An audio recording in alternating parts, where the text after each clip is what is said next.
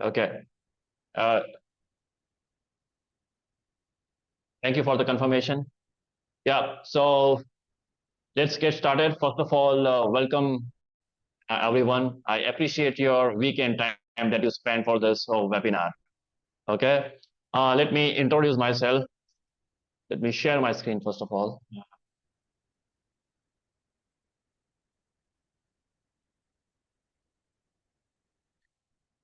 Everybody can see my screen, right? Say yes in the chat.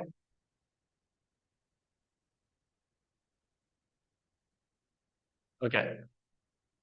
So first of all, let me introduce myself. My name is Jaimin. I'm a security lead at Hack Security. If I talk about myself, I have around 11 years of experience, 11 plus years of experience in this network security domain.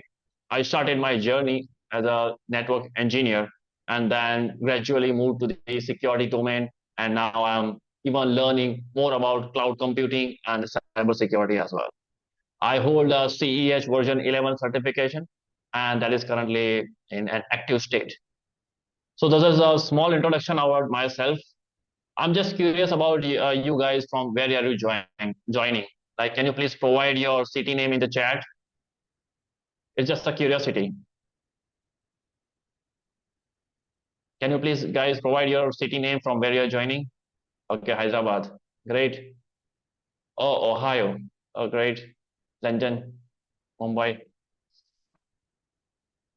Oh, okay. Lusaka. Okay. From UAE. Very good. Sweden, Nigeria. Good to see you guys. I really appreciate your time.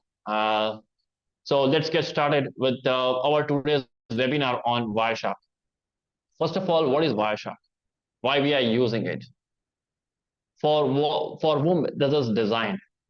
Okay, this is especially for who are in network security, who are a security analyst or SOC analyst, who are doing the packet level troubleshooting. Uh, for this webinar will help you for your operations kind of job where you are doing troubleshooting on the slowness issue, then a reachability issue or packet level issues. Okay, so what will be our agenda will be how we are moving forward with the entire session. So first I'm going to introduce about the Wireshark, how we can download it, how we can use it. Okay, those are the first part I am going to teach you about the Wireshark. In the second part, definitely the features, how the Wireshark has a lot of features that helps any analyst or security engineers to investigate the packet level, the payloads, or any kind of troubleshooting levels that I'm going to show you in the Wireshark. Then definitely analyzing the network traffic or their behavior. That is very important because we are as an engineer or when we are on the job or what kind of issues we are getting and how to analyze them through the Wireshark, that we are going to see in the third part of how to analyze the network traffic. The fourth and most important, which is security investigation, I assure that you will learn a lot of things in the security section because nowadays a lot of security concerns, security incidents are getting raised in the job or when in the operations kind of thing. Then we have to understand the packet behavior. We have to understand what this incident look like and how we can investigate. That we are going to cover in this fourth part. So I hope the agenda is pretty much clear to all of you. First, we are going to understand Wireshark, analyzing the network traffic, and then we can investigate the security incident. Okay, so let's get started with the introduction to Wireshark. Okay, what is Wireshark? Is a network protocol analyzer that captures the packet from on the interface or on the any kind of network. Wherever the data is traveling across the network, it captures the packet and analyzes it. So basically, how it works: captures the small piece of data and uh, uh, it actually decodes them into an human readable format. Okay, so It means we can see those packets in our language, because computer processes the data in the form of binary. Okay, and if we want to see it, then Wireshark will help us to check them in the human readable format. So where we can commonly use them, like in the first, as I mentioned, in the network troubleshooting, in the security monitoring and forensics, even learning and analyzing the network behavior. That is what we are going to do today. We are going to learn and analyze the network behavior with the Wireshark. Okay, so Wireshark makes a packet level network analysis in the detail, and we can access them in our at our ease. Okay, let's understand what are the key features of Wireshark. Okay, first is live packet capture. We can take a packet capture in real time on Ethernet, Wi-Fi, or any other kind of network. The second, filtering and search. Lot of data is going on a per second. In the millisecond, you will find a lot of packets are going to and from in the network. So filtering will help us to search the data based on our criteria like IP address, then port, TCP. So as per our requirement, we can filter out the packet from the thousands of packet to the Wireshark. Okay, that is the most lovable feature in the Wireshark. Second, deep packet inspection.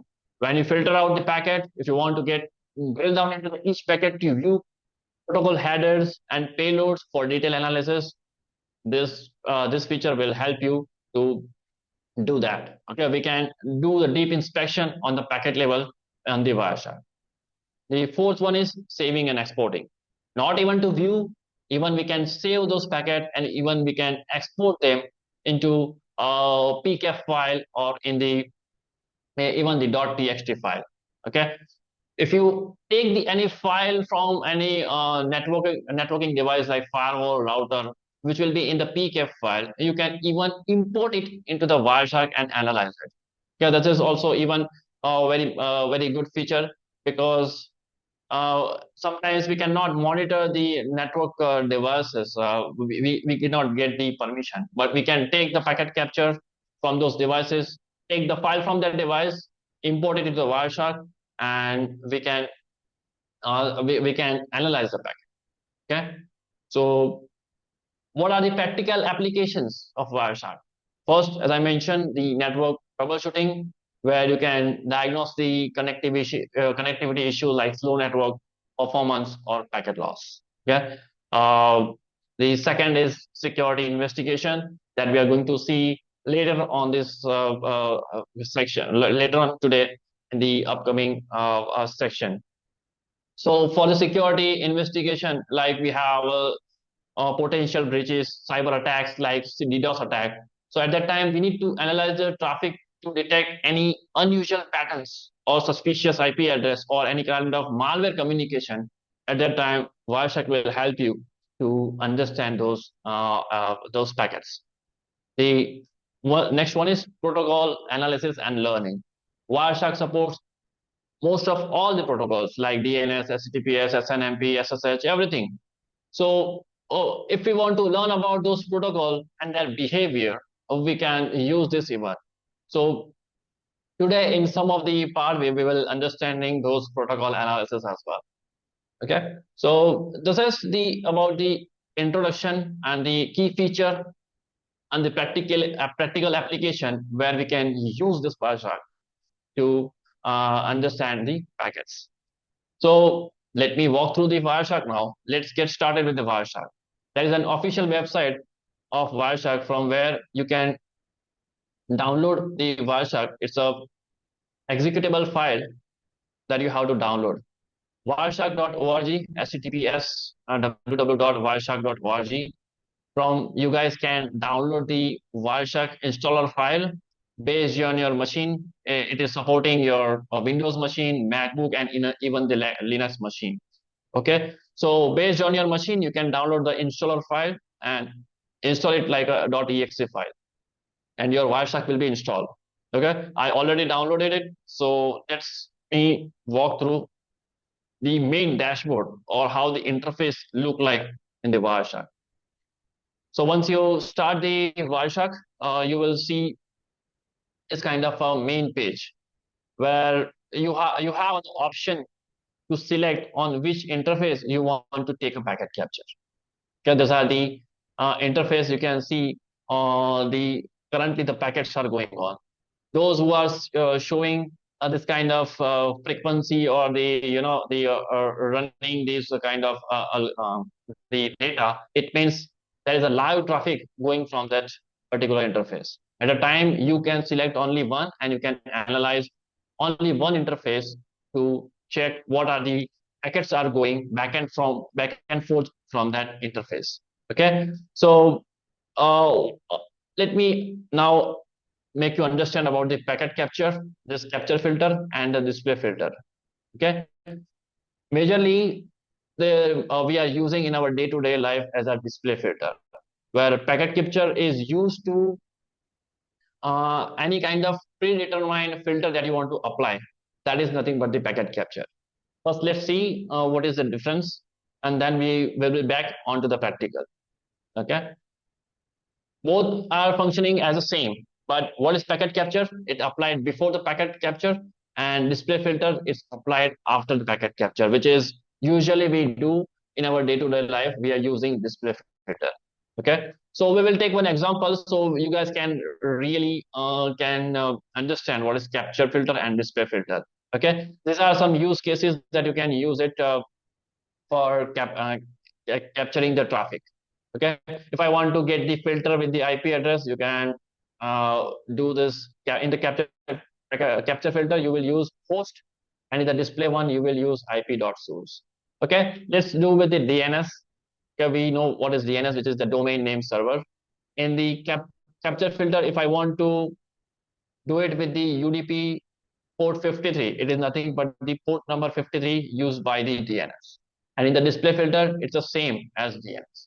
Okay, so we will take this example and understand about the difference between capture filter and display filter. Again, both are using same, but the difference is the command, the executable command or filter. So first of all, I'm going to type it over here, UDP 53. Okay, so it means I'm filtering the output, all the packets which contain the port number 53.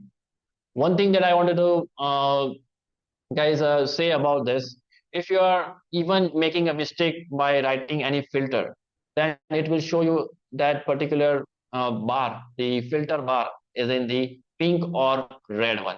Okay, it means you are missing some parameters, or you are missing some IP address or port number likewise. So once you enter a right filter, it will show you the green one. It means you are correct in terms of applying the filter. Then you have to select the right interface and then hit enter or double click it. Okay, so I can see all the traffic which is contains port number 53, and this is, first of all, let me make you aware about this pin symbol, which is starting the capture packet.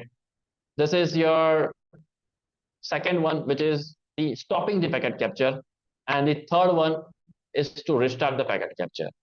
Okay, so currently I'm going to, again, if I want to restart the same packet capture, go to the capture option and again apply the filter like UDP port 53 and start it.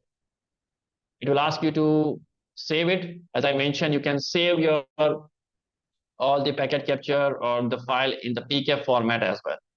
So I'm right now going with the without saving. So you can see even at the top what kind of packet capture it is capturing right now. So it says I'm capturing on Wi-Fi interface over the port number 53. So I can see that all the traffic which are right now, it is showing as a port number 53, which is related to the DNS. Okay.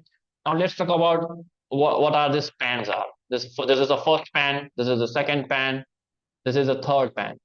The first pan is actually showing you the packets which contains the time, source, destination, the protocol, and the information about the packet. Okay. whenever you log in or whenever you start first time, then you might see the time is a bit off from the your actual one. Okay, so you can go to the view section and set your zone or the time that you want to select. So that is the option under view and time display format. The second one is source destination, from where the packet is getting originated and where it is actually going to, and about what protocol that packet is utilizing. Okay, let's go to the second pan, which is this is the one. If you guys know about the OSI layer, okay, there are 7 layers are there, correct? You can relate this pan with that. How the if you know the OSI layer, that is the physical data network, then transport, session, application, and presentation layers are there. Where the physical medium is meant for what? It is meant for seeing the transmission of packet in the Ethernet or on the physical medium. So that is your frame. Okay. Anything that you want to see in a detailed manner, you have to click on this arrow and it will show you about this information. Okay, what interface it is utilizing and what kind of frames are there, how many frame length is there, every that you can see it over here. The second one is the Ethernet, where you will be able to see source MAC and destination MAC. That is your layer 2 in the OSI layer, correct? The data link layer, where MAC addresses are lying, where the packets are getting switched based on the MAC address. So you will be able to see source and destination MAC in the Ethernet frame. That is the second one. The third, that is a network layer, where you will be able to see all the data related to your IP address. Remember the third layer, network layer, where IP, the packets are getting routed based on the routing algorithms on the IP addresses. Okay, so that is your Internet Protocol version 6. You might see Internet Protocol version 4, that is IPv4.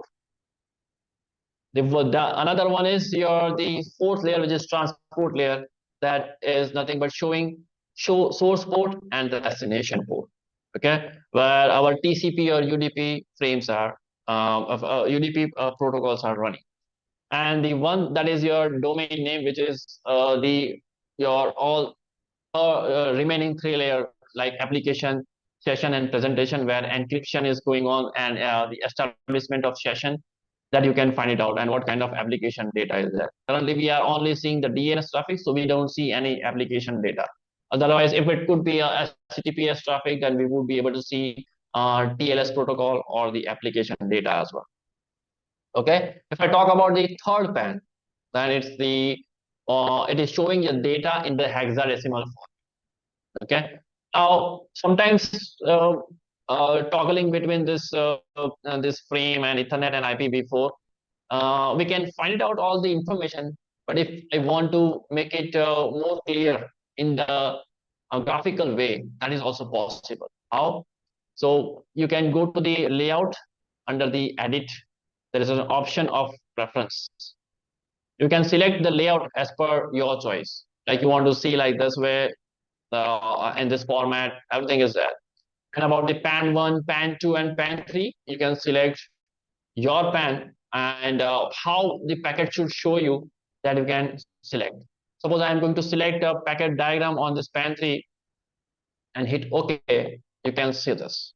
When you first time do it in the diagram level, it will not show you any kind of values. So go ahead and right click and click on this show field value. So you can see everything in the diagram base, right? How cool this feature is. I want to see the destination MAC, source MAC. Just go ahead, select the packet, and you can see the destination source. I want to see the source IP address, destination MAC IP address. I can select the packet and see all the information about the source and destination. Correct? This is showing you in the form of packet level or the header level, right? We have seen this in the images, or whenever we go through the any kind of theories, we are seeing this headers. But practically, Wireshark is showing you all this detail on the packet level, where the source port, destination port, about the checksum, the length, what kind of payload it is, everything is, you can see it on the mouse click. Isn't it a cool feature? Right. So this is helping you to dig down into the deep packet inspection, which I conveyed the fullest feature of the Wireshark. Correct. So this is about the PAN, how you can, or what are the importance of the PAN. If you want to reset the same as before, you can go ahead and layout and just go with the packet detail, and it will show you the as it is, which was previous one. So let me go ahead and do it. Okay. So yep. So we got it. This is about the Wireshark, and yep, about the display filter. As I mentioned, that we can compare it with the capture one. So this is UDP 453. If I again want to do it with the display filter, then I'm going to write down DNS just and hit enter.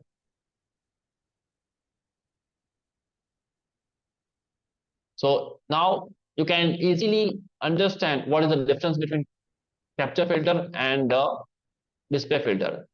Both are same, but if you have a predetermined filter that I want to filter with the specific criteria, then you can use it before starting the packet capture. And in the running capture, if you want to take it something, then you can use it display filter. Okay, if I want to save this particular filter, that is also possible. You can go ahead and just click on this plus sign at the very right hand side. You can see this plus sign. When you click on it, then it will ask you what kind of label you want to give. Okay, I can give the label like it's a domain name service domain, and the filter is DNS, and filtering the traffic based on DNS. Okay, and hit OK. So this is now your filter has been saved. In future, if you want to use the same filter, no need to remember the filter name, or just go with the saved domain filter name, and you can see all the packets based on that. Okay, now I'm going to stop this, and we'll move forward with the next part, which is network investigation. Before I move on to the our third section, network investigation, any doubts so far? Any question you guys have?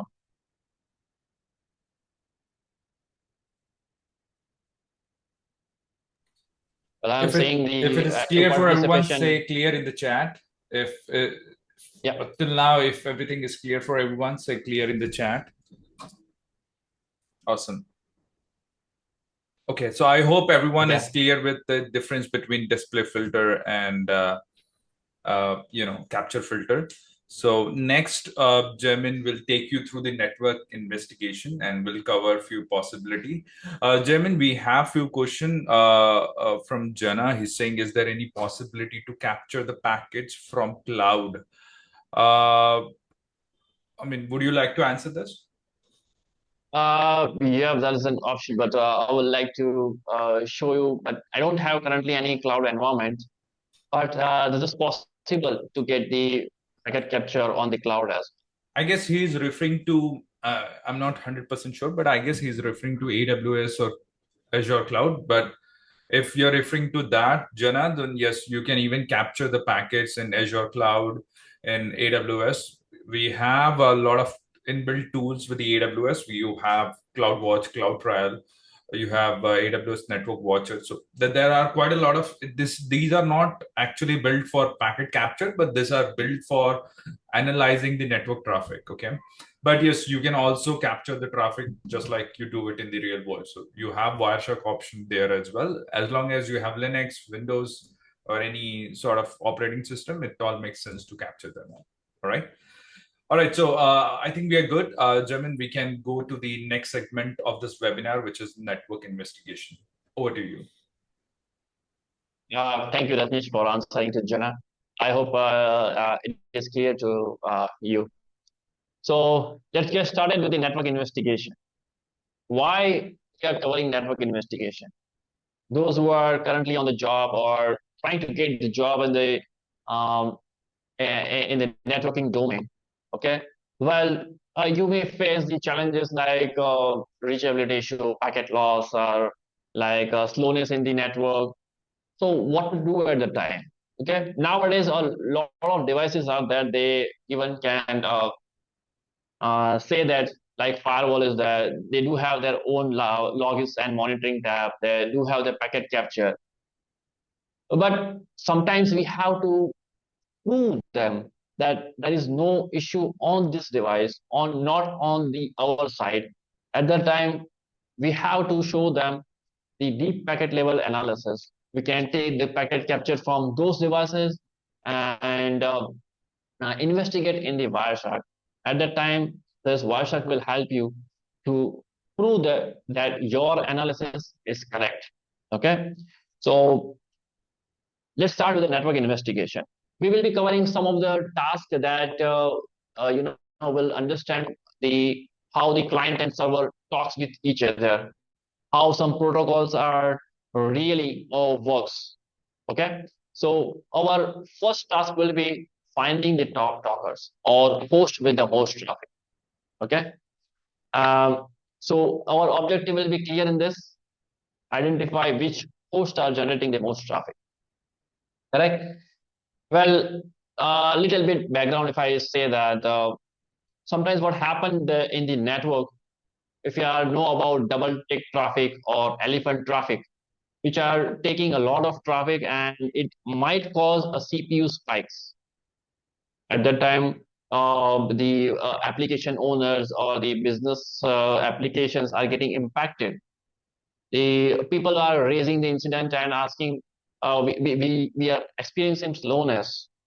Can we see devices which are taking a lot of resources? So we will log into the devices like firewalls, routers, and any kind of equipment, and we are seeing that some of the CPU is getting spiked.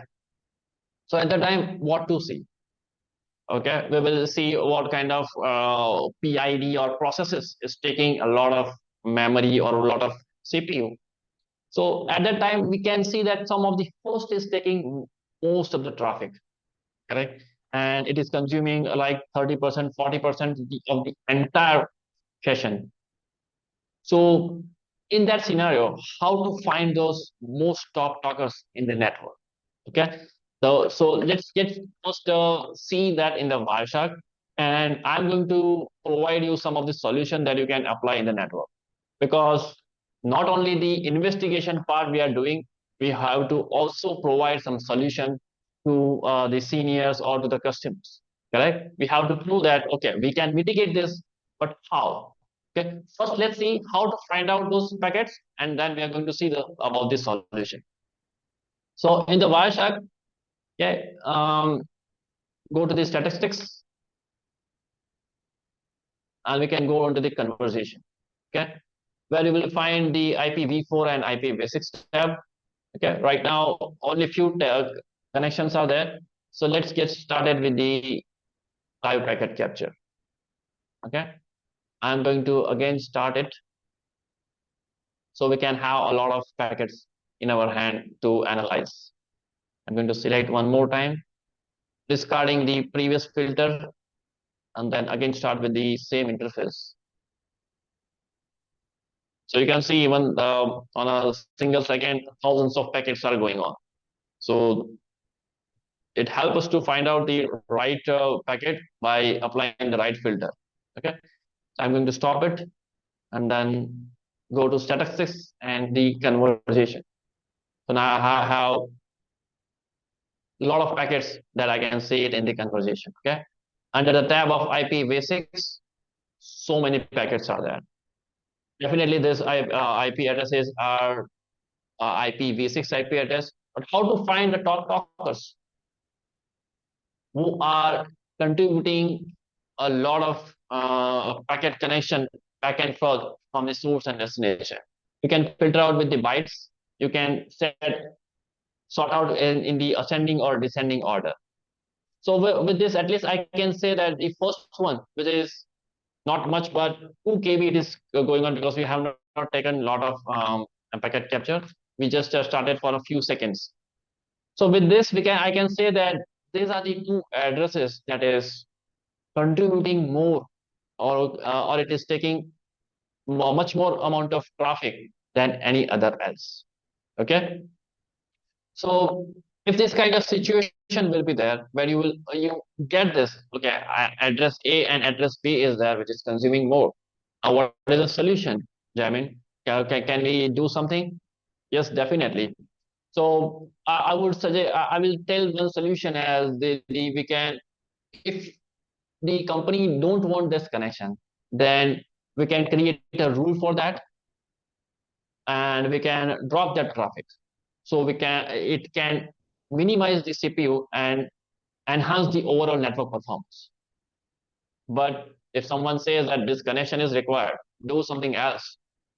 So the another solution I can provide is, if you are aware about the accelerating the connection, like it should not go into the deep inspection by any kind of firewall or any other thing. Then we can accelerate them, or we can bypass that on the another layer called HTTP inspection. Okay, at that time, what we are going to do is we are going to create a rule to bypass the connection by inspecting through the firewall. Or secondly, on the IPS or IDS blade, we can create a rule in the exception rule that this blade should not analyze this traffic, and it should go as it is. So at that time, it will not consume much more the resources of the devices, and it cannot cause the major CPU spikes. Okay, so the solution is create a drop rule. If the connection is required, still you can accelerate them or bypass on some layer by creating the rules, exception rules on the IPS blade or on HTTP inspection layer. Okay, so this is the first task, finding the most talkers in the Wireshark. Okay, now let's move on to the second one, which is the task two. I'm sorry.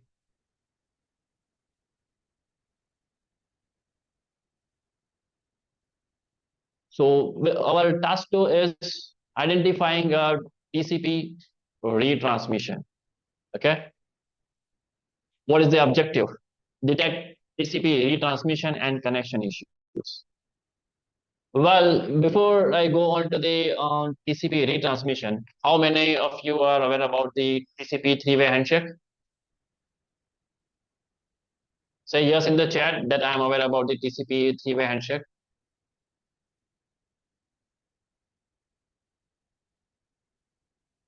Okay. Okay. So I see a lot of affirmative answers in the chat. So yep. So basically, TCP three-way handshake is like a three packets that are being used between client and server before starting an actual data. Okay, so the first packet, in order to establish an initial connection between client and server, we are using a synchronized packet, even referred as SYN packet. If you know about the six flags that a TCP IP, a TCP holds, that is urgent, push, finish, SYN, acknowledge, and reset. Okay, these are the six flags are there, out of which the first one is a synchronized packet. Okay, which is actually initiating a connection between client and server before actual communication starts. Okay, so now what is the TCP retransmission? Okay, suppose the server is unavailable or unreachable from my side, then what to do? Okay, I'm trying to reach a server, I'm trying to establish a TCP connection with the server, but if server is busy, or not busy but unavailable or unreachable, at that time what the client will do? The client will definitely uh, retransmit the same SYN packet every time. Okay, so at that time we can see in the Wireshark that what issue is this? Oh, are we getting the acknowledgement for the server? Because you won't see much more detail. It will keep scrolling on your web browser or somewhere if you are using the HTTP kind of connection. So at that time, we have to analyze that any kind of issues on the server side or from my side, why the connection is not reaching, right? So I'm going to uh, do one thing. I'm going to take any random IP address and I'm going to do HTTPS, and we'll see analyze the traffic on the Wireshark. Okay, so let me take any packet, any website IP address that is not active, like 45.8.6.9.8.9. Okay, I'm not sure what this IP address is, but at least we can analyze this in our Wireshark, correct? So first of all, I'm going to see that packet in the Wireshark. Okay. Another filter that we're going to see, like IP.addr, which is to filter out the specific packet which contains the IP address 45.8.6.9. Let's get started. Okay. Let me refresh this.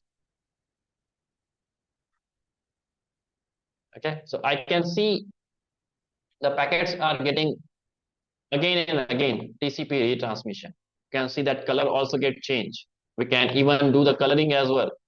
If you are certain about the some of the traffic that you are always looking for, you can do the coloring as well. Not only creating the filter, but you can even use coloring option. You can choose your own color for specific. Suppose I want to do this for this particular connection, then there is an option to do the coloring as well. Okay, so I can see that now a lot of TCP retransmission from my source machine to this specific this destination. Okay, what kind of packet we generated? A simple HTTPS, correct? Which is a port number 443, and this is a TCP connection. We know that the HTTP works on port number 443. So I'm trying to go from my source port as 56598 to 443, but I am not able to reach because either this website does not exist or it's unreachable from my side. So this is the example of TCP transmission. What is the usefulness in our day-to-day job, or not? I can say day-to-day job, but on the job. Sometimes the server I'm not able to reach, or it's not exist. At that time, we can ask a user to initiate a connection from his side and trying to see and analyze a packet. If it is getting retransmitted a number of times, it means it is only sending the synchronized packet, get contact, initial contact, but not getting the CNAC, not getting the response from the server. Because of that, what we are seeing is TCP retransmission. Okay, clear? First of all, this about this TCP retransmission. If you are clear about this, please say yes in the chat.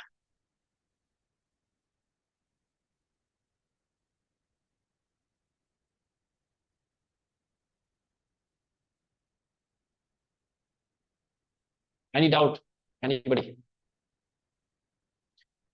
Okay, I got the question, like if we don't know the IP address, well, any user is trying to get to any server or host or URL. Okay, if you don't know the IP address, you can ask him to do the NS lookup. Okay, a nice question, by the way. I tried IP address, but everybody cannot try the IP address. They do know the any URL or domain. Okay, we can still check in the CMD, like how to get the right domain. Suppose I want to get the domain of Microsoft.com. Okay, so the command is NS lookup. So I get the IPv6 and IPv4 IP addresses associated with the Microsoft.com. So this way, you can ask user to find out the IP address, because users are just using the application. They are not aware about their own IP address. It means the source, and even they don't know even about the destination or domain. So simply the NS lookup command will help to identify the IP address. To check the own IP address, you can use ipconfig, where you will be able to find your source machine IP address, And if you have a MacBook, then you can use if config in the terminal. Okay. I hope, Rakesh, I answered your question.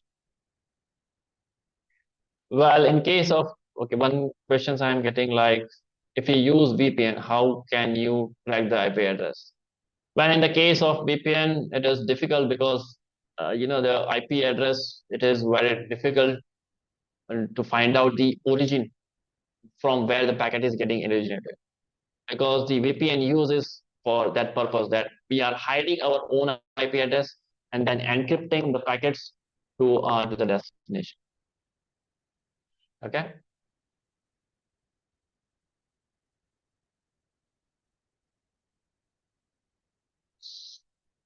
Okay, so let's move forward with the next task, which is, one second.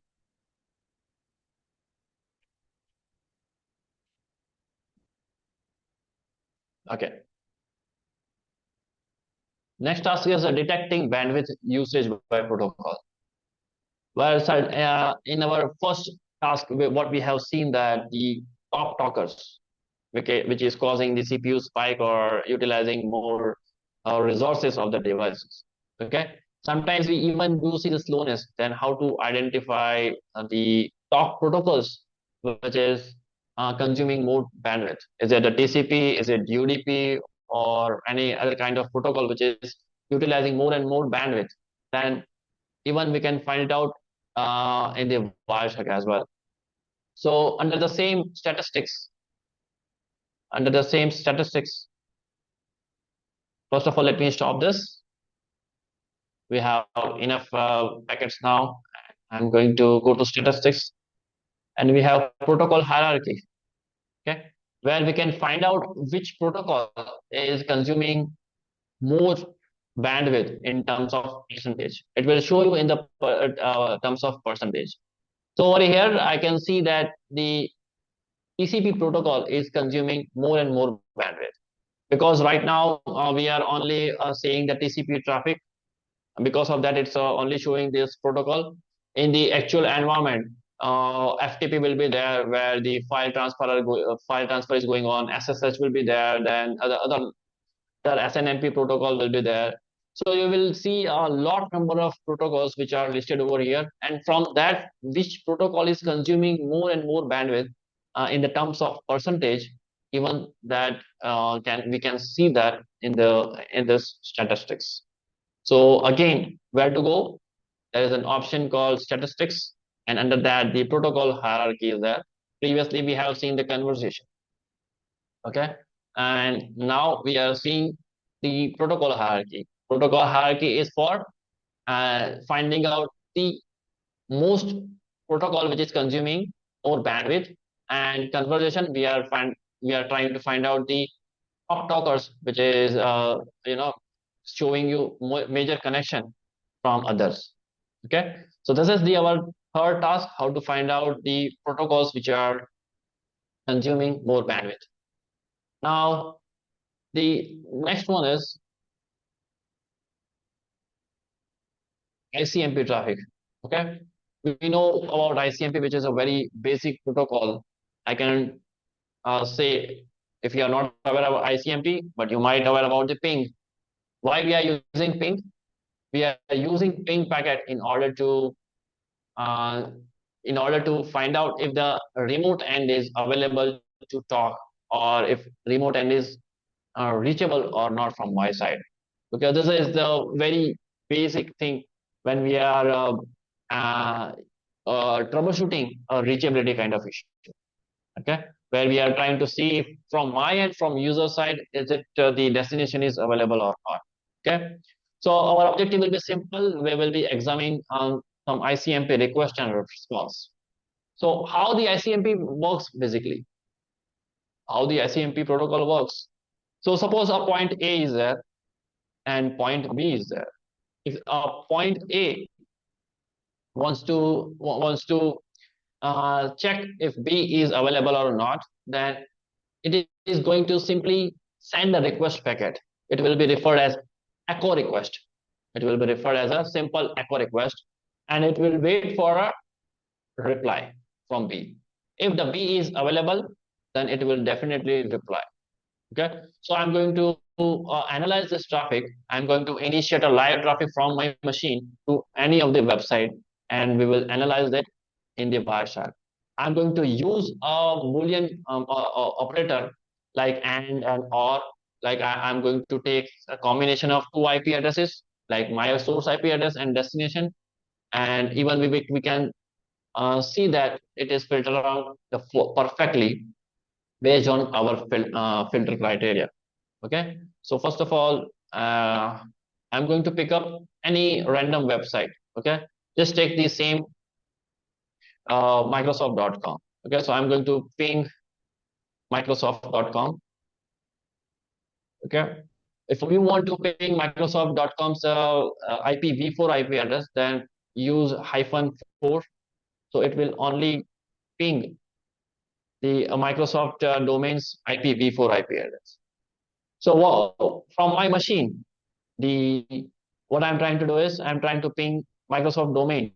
The IP address of it's 20.112.250.133. Okay, what are these four packets are? Four lines are. This four line represent four packets. Okay, I'm sending request to this domain and I'm getting the reply. Four packets I send, four packets I receive.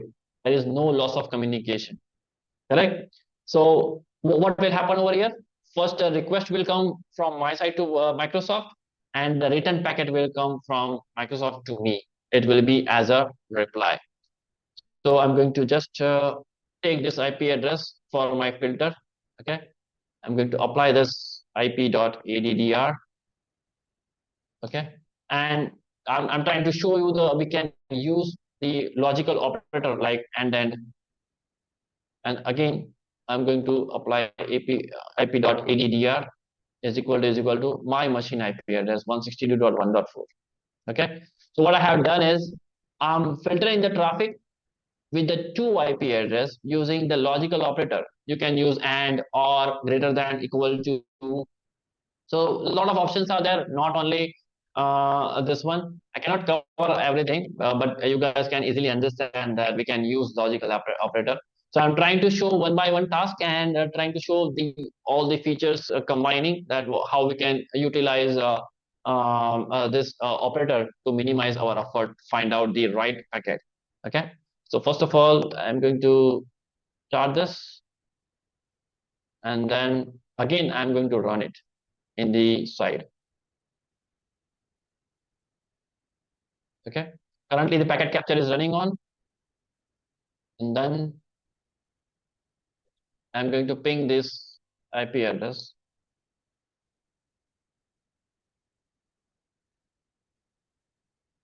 Maybe the IP address of my machine I would have to take as 1 second, guys. Okay, it's 1.4. Yep. We'll filter out with the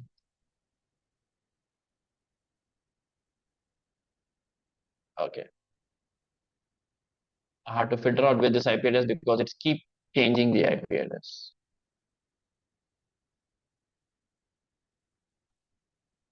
And then IP address of my machine is equal to 192.168.1.4. Okay, so I got it. Well, let's analyze this. Okay, first packet is going from my side to the destination is Microsoft. The protocol is ICMP. I can see the echo request is going from my machine to the Microsoft. The next line, the source and destination got flipped. The source becomes the Microsoft and the destination becomes myself. It means I'm getting the reply from it. So initially I sent four packets. So there are request reply like four times is there, and again I ran them, so I can see total 8 packets are there, but the lines are 16. Like why? Because first packet I am sending with the request, and second I am waiting for the reply. Okay, so I can see that the connection is going back and forth between source and the destination.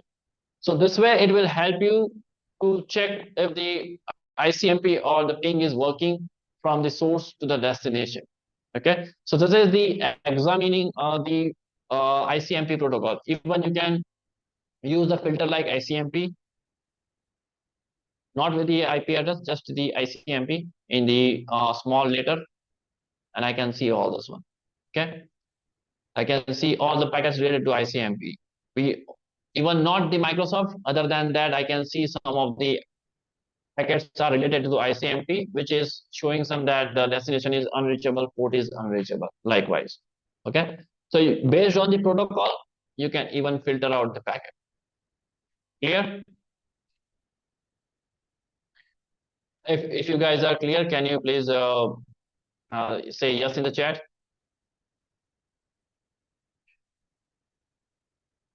Okay.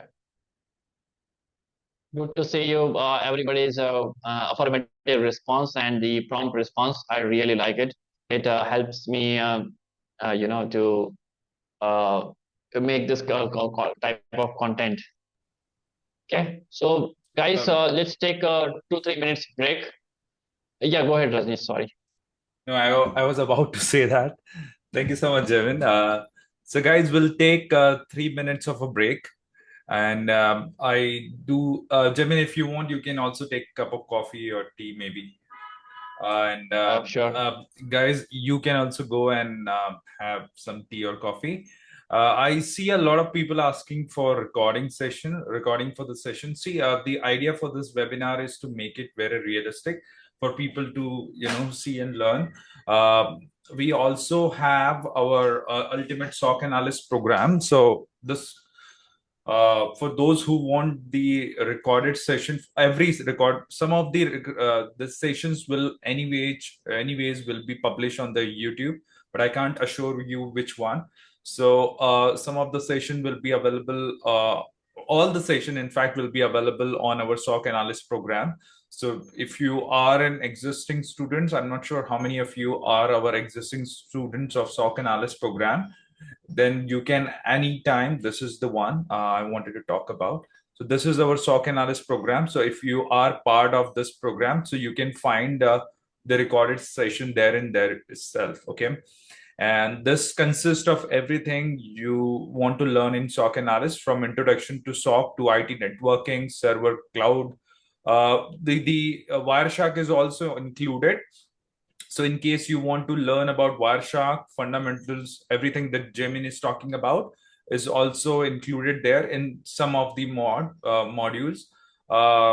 We have recently migrated, so few of the modules are actually getting moved now. You also have Splunk in it. You also have traffic and log analysis. There, this is where you can find the Wireshark chapter as well. You also have phishing analysis, digital forensics, EDR. We also have malware analysis, basic malware analysis, vulnerability management. This is pretty cool because we have covered more than 2 modules for this vulnerability management using a Qualys scanner and OpenMass as well. We also have offensive security as well. Introduction to ethical hacking and pen testing also included. And then we have security compliance. This is specially built from the ISO 27001 point of view. Okay. In case you want to become a part of this, I'll share you a link. Guys, we are going to do a security investigation. So far, we have understand how Wireshark works, how to use filters, and even the network level analysis we have done. Right now, moving ahead with the security. Okay, we'll be covering over here the 4 tasks to understand how the the kind of not I can cover a lot of security incidents, or you can understand that. So I'm trying to cover some of them. I will take 4 of them and understand how it works. So the first one is please scan. 1 second. Let me share my screen. Yeah. So first of all, understand the lab topology. Okay, in our lab, I have a Kali Linux machine and the Metasploitable 2 machine. Okay, we will be capturing the traffic on Kali machine. we will be sending the packets from Kali to Metasploitable. Okay. I hope everyone is aware about the Kali machine that is actually being used for to do the ethical hacking, and many more purposes are there about the Kali. It is based on the Linux-based operating system, and the Metasploitable is that machine. It is a vulnerable machine on which we can perform attacks. So first of all, I'm going to initiate the connection from Kali. I'm going to use Nmap. Okay, we are using Nmap to send some traffic, like how to identify the OS of the Metasploitable. So in this lab, Kali will be the one who is the source, and the Metasploitable will be the destination. It's my target. Okay, and I'm applying the Wireshark on the Kali interface. Yeah, this is very important. Important. Why? Because where you are applying the Wireshark, that is important. If you are applying over here, then you have to take according to the you have to understand the packet according to that. If you are applying over here, so you have to understand that this is the source and this is the destination. Based on that, you have to apply the filter and you have to investigate your packets. So first task will be simulating a still scan, okay, or TCP SYN scan. Well, everyone is aware about the TCP scan, but what is still scan? Still scan is majorly used by the hackers or any pen testers in order to investigate a number of ports, that how many number of ports are open in the network.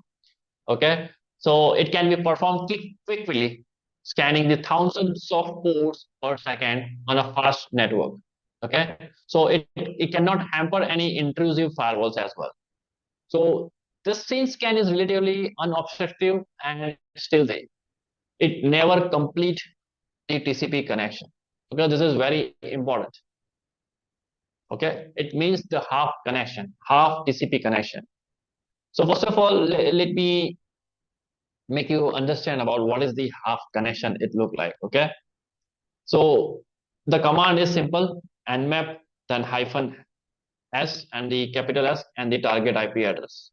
Okay, so this is we all are aware about, and we even talked in the network level analysis that any client and server, we can see the three-way packets are being exchanged before sending the data: SYN, SYNAC, and acknowledgement. But in the still scan, where I'm using the nmap to use this particular still scan, where SYN packet will be sent to server. If the port is open, suppose I'm trying to see if 443 is open or not.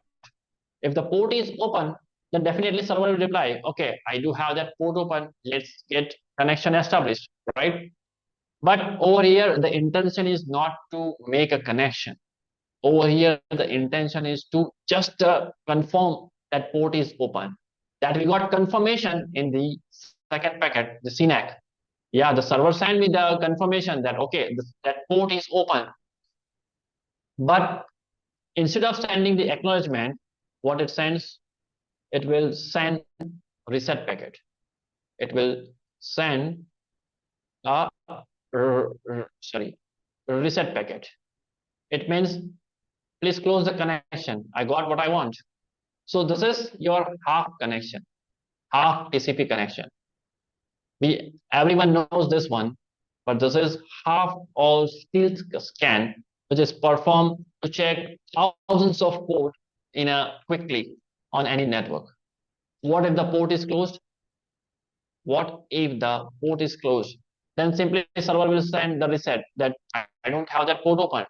Suppose I'm trying to see that is the 443 port is open or not on the server. If it is not there, then it will simply send the reset packet. Okay, so let me initiate an nmap command from the Kali machine to the Metasploitable. Okay, and then we will see what the response is like in the Wireshark. Okay, so without wasting time, let's go to the Wireshark interface. Okay, sorry, not over here. in the VM machine. I already have those VMs up, Kali and Metasploitable. And yeah, this is the Kali VM. You have option to use this application as Wireshark from here. You can just type Wireshark and that will be open. Okay. So this is the inbuilt feature of the Kali Linux, and on which interface you have to take a packet capture. So I will select Ethernet 0. Okay. And to initiate a connection, we need a terminal like a command prompt. So I'm going to take this command from over here, and we'll keep starting the packet capturing. Okay. This is the command prompt, and on the Metasploitable, I want to verify what IP address it has. Okay. So if config, so I got the IP address as 172.1.16.1.6 is my target IP address. Okay. So let me send nmap command from here. So sudo nmap. Let me increase this font so everybody can read it. Sudo nmap, and then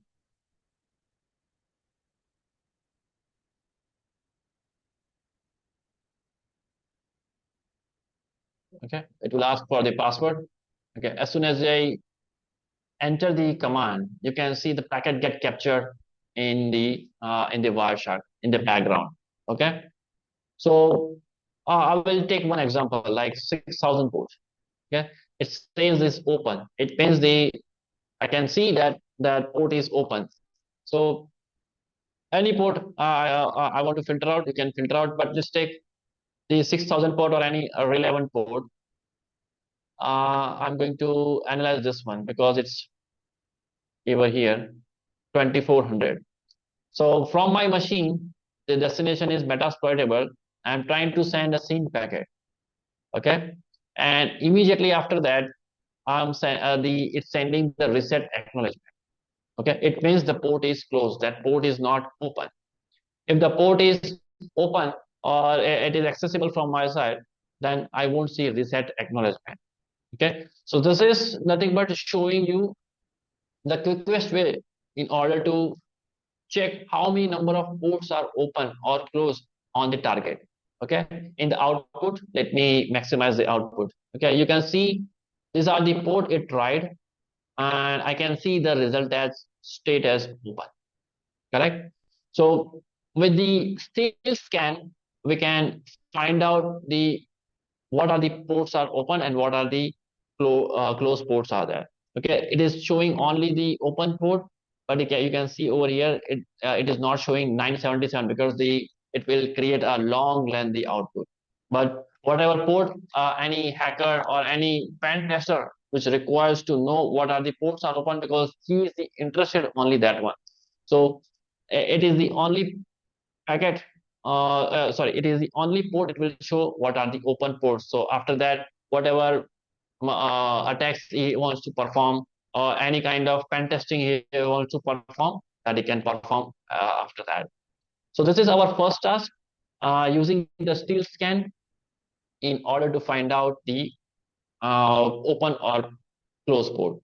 The second task will be our full TCP scan. Sorry, full TCP scan, where we know that how it works, SYNAC and everything. So we will be doing the complete TCP connection and capture the full handshake process, which is SYNAC and acknowledgement. So the command is nmap -s and then capital T. T represent the full TCP connection. So I'm going to use the same command, just little bit different in the second one. Okay, and we will analyze the traffic.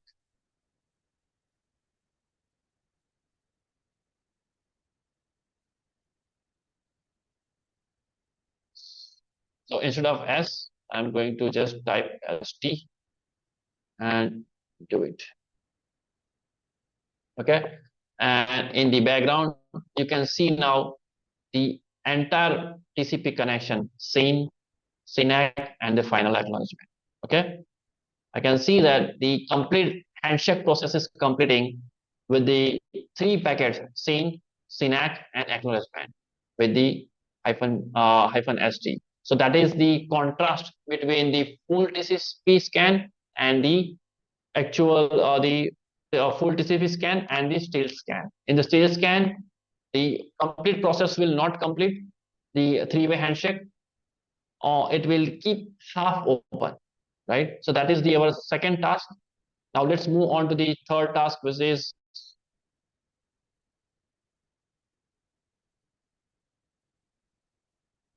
simulating and investing an OS fingerprinting attack. Okay, what it is. This is the part of reconnaissance. Those who are aware about the reconnaissance process, that first we need to identify the target. The hackers are using, first what kind of target we are actually doing for the hacking, right? What I have to see that what is the current OS on that, what is the version of that OS, what kind of device it is. So that is the part of a very first reconnaissance process. Okay, so in order to do that, I'm going to simply ping the end device, and I will find out what kind of OS it is. Okay, so our target is Metasploitable. I'm going to ping 172.16.1.6. Before that, let me start again packet capture, so everybody can, see the ping packet. Okay, so I can see I'm able to ping it. The remote end, I can see request and reply. But how to find out the OS machine on which Metasploitable is based on? So you can go to the this one and find out over here under the flags. 1 second. Over here you can see on the second frame, the Ethernet frame, time to leave packet is 64. Okay. So if you guys are aware about the TTL value of 64, what it represents, the machines or OS which hold the TTL value as 64, it considered as a Linux based machine or the Mac OS. Okay, so based on the time to leave packet value of 64, it means I identify that my remote machine is on Linux based or is a Mac. Correct. So TTL value is showing you the OS, the remote and OS. Let me ask you one question. If I run this scan, and if I get the TTL value as 128, then what is the answer? What is the answer? Can anybody know? Yeah, I'm getting the answer. Yeah, very good. Yeah. So if you get the TTL value as 128, guys, that is a Windows machine. Your target machine is the Windows machine. So Wireshark is helping you to identify the target, right? It is identifying the OS version as well, and the OS version and the OS as well. What kind of operating system it holds, correct? So this is our third task: how to find out the OS fingerprinting. Let's move on to the last part, which is DDoS attack one. Okay. First of all, what is the task? Let's understand. This is the last task that we are covering. So simulating an idle scan or IP spoofing. Okay, what is IP spoofing? IP spoofing is like spoof the IP address, look like or pretend like that I am the internal part of the organization. What the hackers are doing, they are changing their own IP address into some internal IP address of the organization. So it looks that this is the legitimate connection which is originating from my own LAN environment or my own network. Okay, but how to identify those kind of attack? Okay, so first of all, this is even called as a zombie attack. Okay, for that, we need the any kind of IP address which we are using to hide our identity. It's called zombie IP address. So the command is simple nmap, then -s, then capital I. Then you have to mention what is the spoof IP address, okay, and the target IP address, okay. So now I'm going to first of all, let me understand that why the people are using the spoof packet. Okay, the purpose is simple: DDoS attack. What is DDoS attack? Distributed denial of service attack. Okay, where the attackers are overwhelming the server by sending a spoof packet. Okay, from the multiple sources. It can be anywhere in the geographically located around the world as well. So that's considered as a bot or zombies, where they send this spoof packet to the target. Let it be any, it can be anything, any server or any kind of web server or application. So what will happen? That it's a spoof packet, so it will initiate a first seen packet, but the IP address is different. Correct or not? The IP address is different. So when the target machine is trying to send the packet back to the board machine, it means it's a SYNAC, correct or not? It's a SYNAC packet. But the actual IP address target does not know. At that time, what will happen? It will keep sending SYNAC packet. It will keep sending SYNAC packet. So in the network analysis, we have seen, we have already seen that TCP retransmission about the synchronized packet, but we can also in the DDoS attack we can see scene flood attack as well, scene flooding, and even the SYNAC retransmission. Okay, even this is called as a scene flood attack because target is overwhelmed by the lot of scene packet, and even target get exhausted, so it cannot serve the legitimate user because all the resources it is utilizing for this spoof packet. Okay, Sorry to so interrupt you, simple. Jaimin, but actually this session might get auto closed in another 5 minutes. So if it would be better if we try to wrap it up in 5 minutes. We'll have another Sure. 3 to 4 minutes left. Sorry to interrupt. Okay, so we have Please a last carry on. task. No problem. Yeah. We have last task. So let me just send the spoof packet.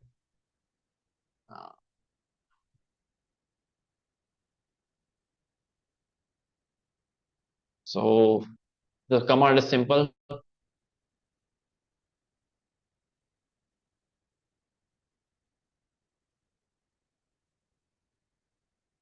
As then I'm taking any IP address, and the target machine is my.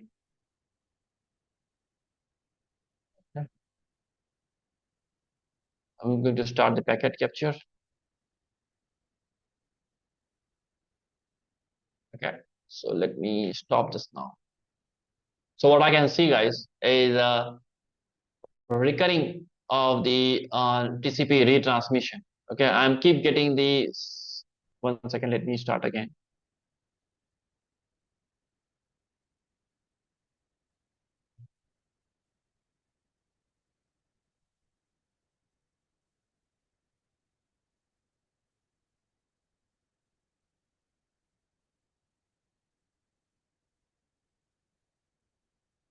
I can see this as a scene flood because we have applied onto the Kali box. What we have used as a spoof IP address 149.6.6.6, and the target is meta. So I can see a lot of scene packets which are flooded. This is even called as a scene flood. But we are keep sending it so we can see the TCP retransmission, correct? And another way to see that under the IO graph, okay, where I can see this TCP error. You can see that I have selected TCP error. So on a single second, I can see the spike as 400. It means these are the number of IO errors TCP errors I am getting. It means there is something wrong. Some spoof packets are going in the network. Okay. So another way to find it out under the statistics and the IO graph, how to find out the spoof packet or the DDoS attack. Okay. The TCP error, which is showing as a, it gets spiked on a single second around 400 plus. So this is nothing but your DDoS attack. How to mitigate it? We can use DDoS protector. We can, if once we find it out, we can block those IP addresses as well. Even the checkpoint firewalls has the feature like anti-spoofing, where that have to enable on the right interfaces. So it will detect the packets, spoof packet. So this way you can catch the DDoS attacks as well and the mitigate it. Okay. I hope this security investigation is clear to everyone.